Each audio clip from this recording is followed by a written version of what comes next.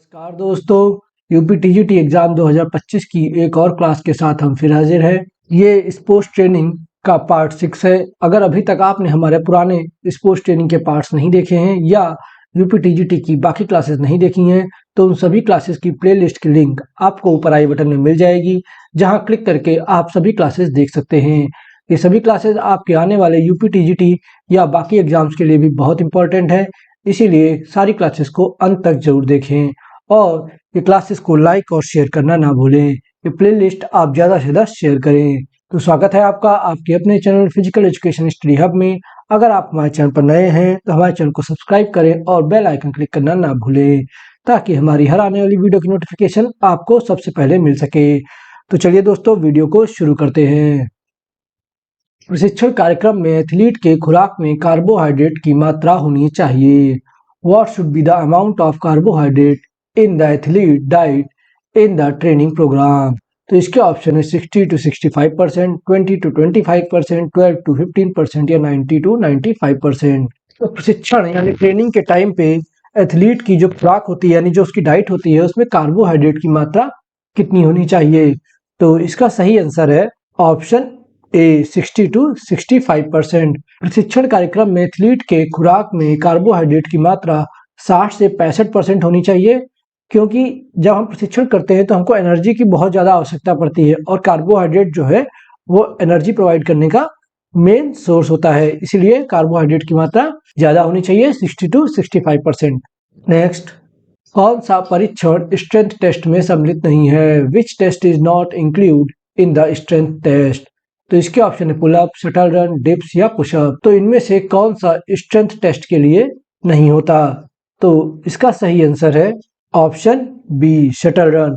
Shuttle run strength के test के लिए नहीं, ये एजिलिटी टेस्ट करने का टेस्ट होता है। इसके अलावा पुलअप्स, डिप्स, पुशअप्स ये सभी स्ट्रेंथ टेस्ट करने के टेस्ट हैं। नेक्स्ट, किसी संकुचन के मांसपेशियों की लंबाई परिवर्तित होती है। Does the length of a muscle change during a contraction? तो इसके ऑप्शन है आइसोमेट्रिक, आइसोटोनिक, स्टैटिक संकुचन या इनमें से कोई नहीं। तो देखिए, वैसे तो मैंने आपको एनाटॉमी फिजियोलॉजी या फिजियोलॉजी ऑफ एक्सरसाइज के जब वीडियोस कराए थे तो उसमें मसल कॉन्ट्रैक्शन के टाइप पे मैंने ये सब बताया है, लेकिन क्योंकि ये स्पोर्ट्स ट्रेनिंग का टॉपिक है तो यहाँ ये फिर से आता है। तो इसका सही आंसर है जिसमें मांसपेशियों की लंबाई में अंतर होता है वो होता है आइसोटोनिक एक्सरसाइज। तो इसका सही आंसर हो जाएगा option B isotonic. Next, strength endurance में सुधार के लिए किस प्रशिक्षण का प्रयोग होता है? Which training is used to improve strength endurance? तो स्ट्रेंथ एंडोरेंस को डेवलप करने के लिए यानी इम्प्रूव करने के लिए हमको कौन सी ट्रेनिंग या कौन सा प्रशिक्षण करना चाहिए? तो इसके option interval training, fartlek training, circuit training या इनमें से कोई नहीं। तो स्ट्रेंथ एंडोरेंस को डेवलप करने के लिए हमको सर्किट ट्रेनिंग करनी चाहिए। इसका ऑप्शन सी सही होगा। स्ट्रेंथ एंडोरेंस के लिए सबसे अच्छी ट्रेनिंग सर्किट ट्रेनिंग होगी। सर्किट ट्रेनिंग के बारे में मैं बता भी चुका हूँ।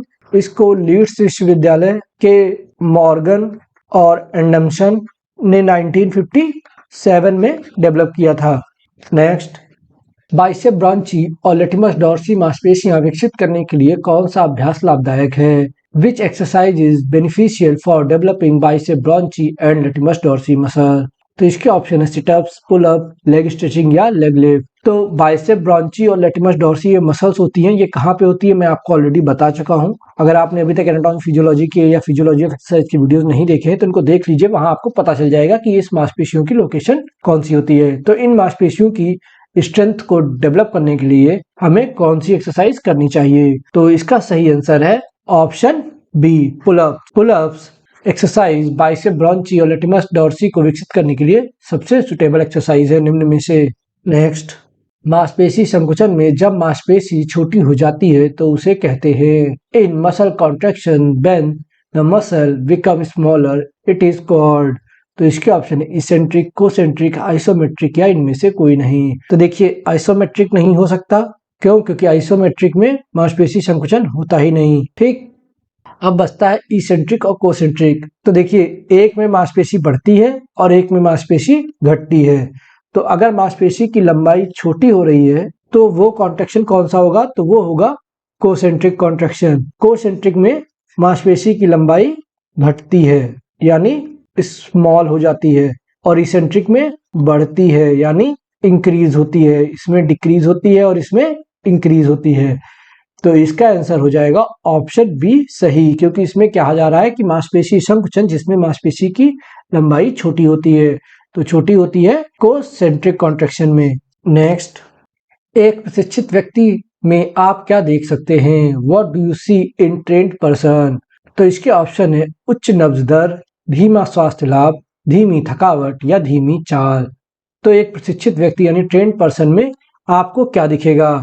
तो इसका सही आंसर है ऑप्शन सी, धीमी थकावट, स्लो एग्जॉशन या स्लो फटीग। एक ट्रेन्ड पर्सन जल्दी थकता नहीं है, उसमें आपको थकावट में धीमापन दिखेगा यानी वो देर से थकेगा। नेक्स्ट, पेशी खिंचाव का क्या कारण होता है? What cause muscle strain? तो इसके ऑप्शन है अच्छा लचीलापन, पर्याप्त गर्माहट, अत्यधिक प्रशिक्षण या संतुलित आहार। तो मसल स्ट्रेन यानी पेशियों में खिंचाव किसकी वजह से हो जाता है? तो इसका सही आंसर है ऑप्शन सी, अत्यधिक प्रशिक्षण। अत्यधिक यानी ओवर ट्रेनिंग या एक्सट्रीम ट्रेनिंग की वजह से मांसपेशियों में खिंचाव हो जाता है।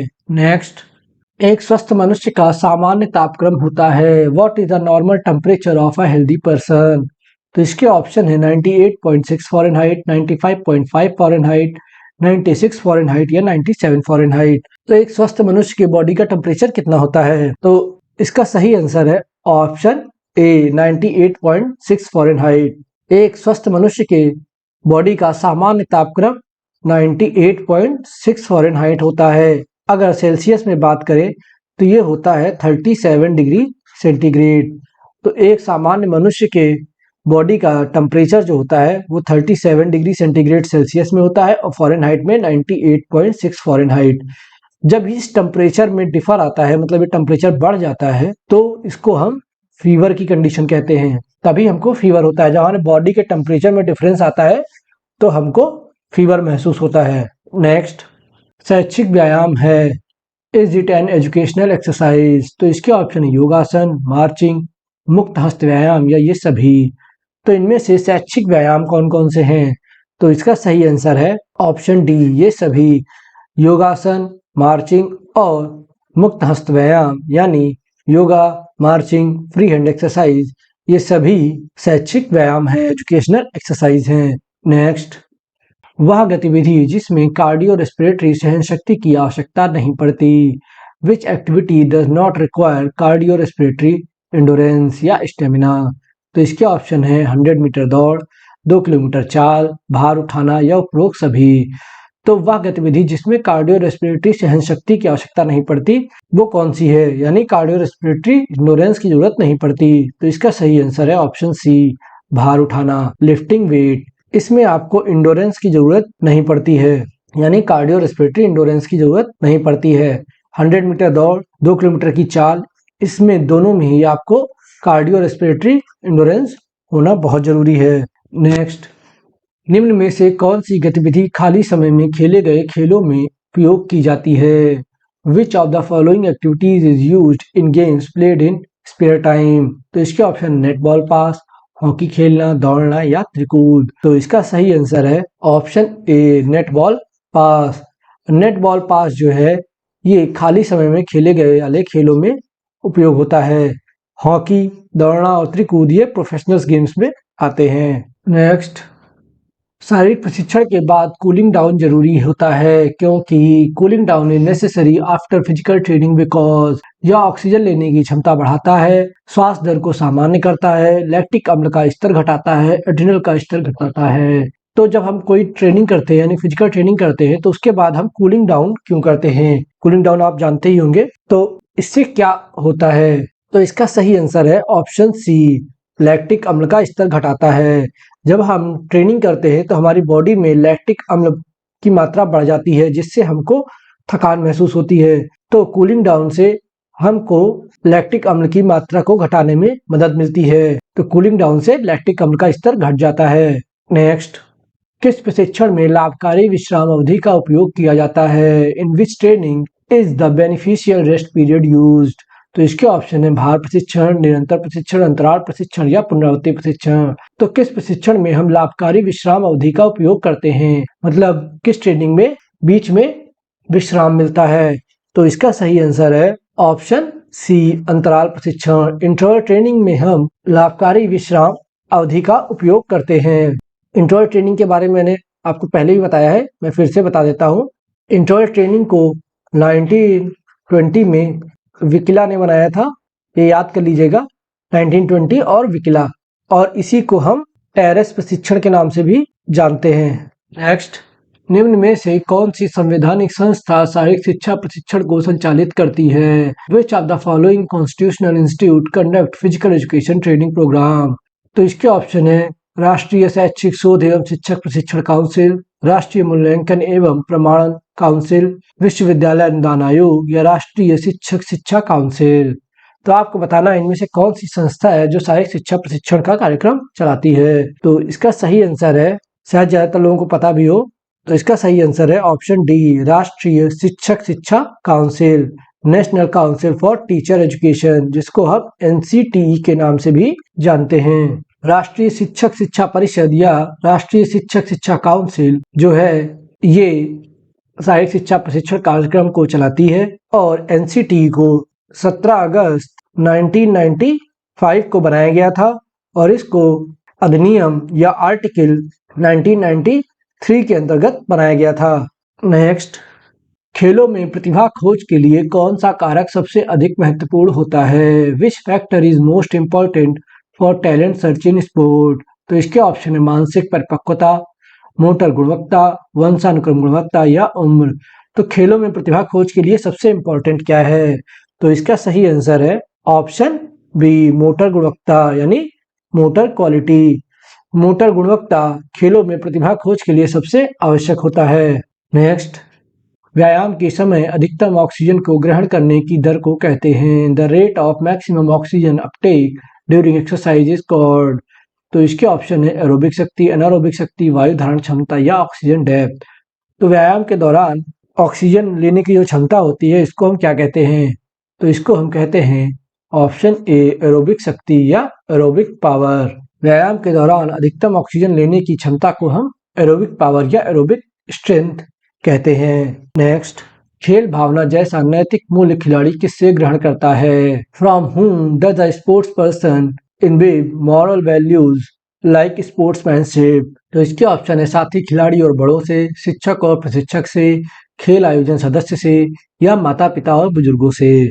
तो स्पोर्ट्समैनशिप की जो क्वालिटी होती है खिलाड़ियों में, वो कहाँ से सीखता है? तो इसका ऑप्शन है ऑप्शन बी, टीचर्स और इंस्ट्रक्टर या कोच से। खेल भावना जैसा नैतिक मूल्य खिलाड़ी अपने टीचर, इंस्ट्रक्टर या अपने कोच से सीखता है, इसीलिए इसका ऑप्शन बी सही होगा। नेक्स्ट, निम्न में से कौन से प्रकार शारीरिक दक्षता को मापने की विधि नहीं है? Which of the following is not a method of measuring physical fitness? तो इसके ऑप्शन है कूपर 12 मिनट चाल और दौड़, बॉडी मास मापना, सिट एंड रीच टेस्ट या ऊंचाई मापना। तो इनमें से कौन शारीरिक दक्षता को मापने की विधि नहीं है? तो इसका सही आंसर है ऑप्शन डी, ऊंचाई मापना, मेजरिंग हाइट।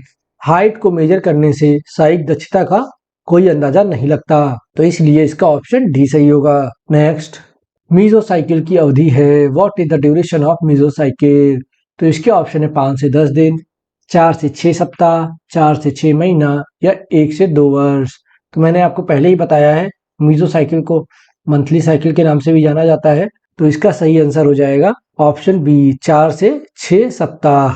देखिए, ये अलग अलग टाइम्स हो सकते हैं, कहीं पे 4 से 6 सप्ताह, कहीं 3 से 6 सप्ताह लिखा होगा, ठीक, कहीं 5 से 7 सप्ताह लिखा होगा, तो ये सब मीजोसाइकिल की ही टाइम लिमिट्स हैं। तो इसका सही आंसर ऑप्शन बी होगा, क्योंकि 4 से 6 सप्ताह में 1 से 1.5 महीने का टाइम हो जाता है। नेक्स्ट, हृदय संवहन दक्षता निर्धारित करने वाले परीक्षण का नाम बताइए? Name of the test that determine the cardiac conductivity.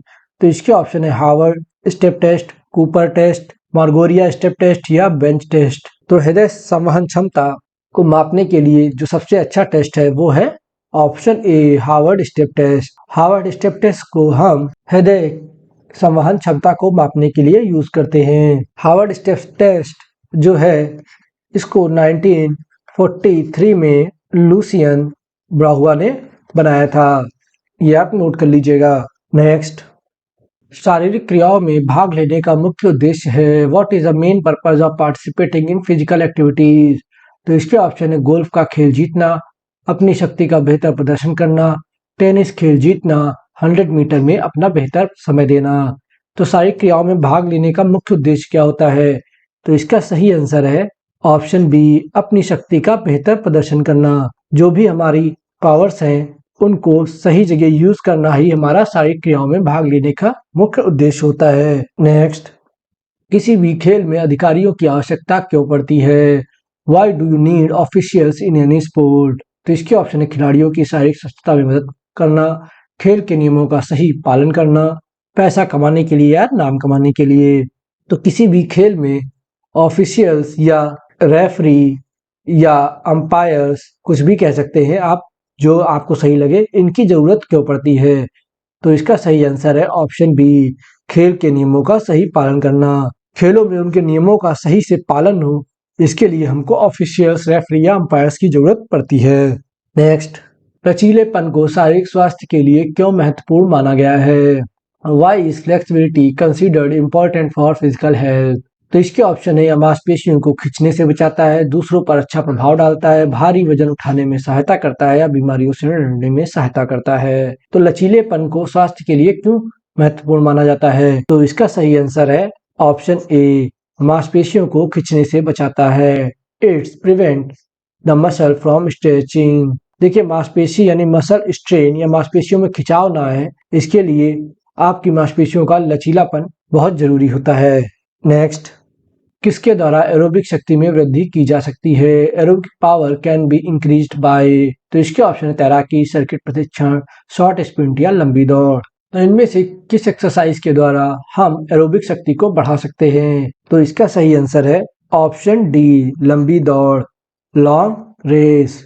लंबी दौड़ों से हम एरोबिक शक्ति को बढ़ा सकते हैं। वैसे तो तैराकी भी इसका आंसर हो सकता है, स्विमिंग भी कुछ लोग ये भी बताएंगे, लेकिन क्योंकि लॉन्ग रेसेस ऑप्शन में दिया गया है, इसीलिए इसका आंसर लॉन्ग रेस होगा।